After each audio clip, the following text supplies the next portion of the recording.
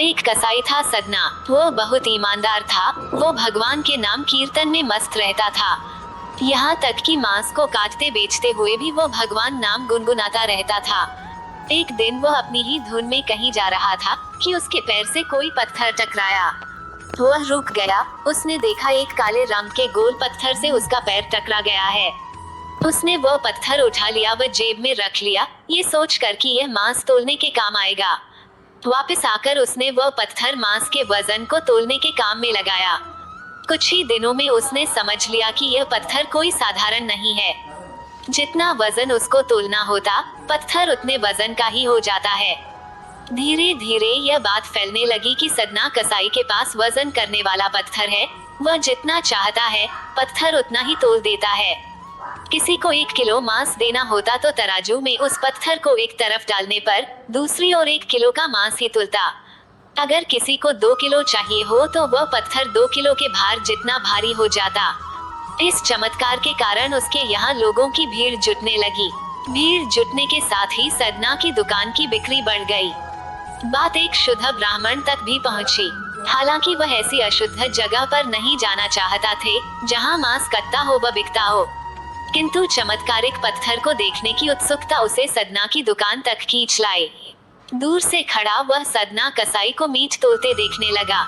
उसने देखा कि कैसे वह पत्थर हर प्रकार के वजन को बराबर तोल रहा था। ध्यान से देखने पर उसके शरीर के रोए खड़े हो गए। भीड़ के छटने के बाद ब्राह्मण सदना कसाई के पास गया।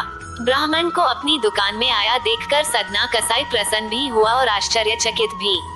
बड़ी नम्रता से सदना ने ब्राह्मण को बैठने के लिए स्थान दिया और पूछा कि वो उनकी क्या सेवा कर सकता है।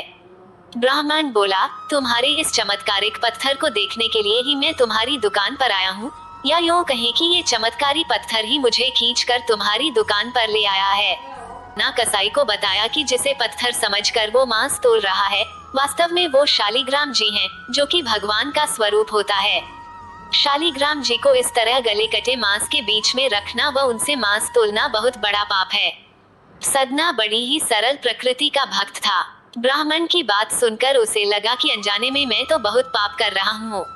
अनुनय विनय करके सदना ने वह शालिग्राम उन ब्राह्मण को दे दिया और कहा कि आप तो ब्राह्मण हैं, अतः आप ही इनकी सेवा परिचर्या करके इन्हें प्रसन्न करें। मेरे योग्य कुछ सेवा हो तो मुझे अवश्य बताएं। ब्राह्मण उस शालिग्राम शिला को बहुत सम्मान से घर ले आए। घर आकर उन्होंने श्री शालिग्राम को स्नान करवाया, पंचामृत से अभिषेक किया व पूजा अर्चना आरंभ कर दी। कुछ दिन ही बीते थे कि उन ब्राह्मण के स्वप्न में श्री शालिग्राम जी आए व कहा, हे ब्राह्मण, मैं तुम्हारी सेवाओं से प्रसन्न हूँ, किंतु तुम मुझे उसी कसाई के पास छोड़ आओ। स्वप्न में ही ब्राह्मण ने कारण पूछा तो उत्तर मिला कि तुम मेरी अर्चना पूजा करते हो, मुझे अच्छा लगता है, परंतु जो भक्त मेरे नाम का गुणगान कीर्तन करते रहते हैं, उनको मैं अपने आप को भी बेच देता हूँ। सदना तुम्हारी तरह मेरा अर्चन नहीं करता है, परंतु वो हर समय मेरा नाम गुनगुनाता रहता है, जो कि मुझे अच्छा लगता है, इसलिए तो मैं उसके पास गया था। ब्राह्मण अगले दिन ही सदना कसाई के पास गया व उनको प्रणाम करके सारी बात बताई व श्री शालिग्राम जी को उन्हें सौंप दिया। ब्राह्मण की बात सुनकर सदना कसाई की आंखों में आंसू आ गए।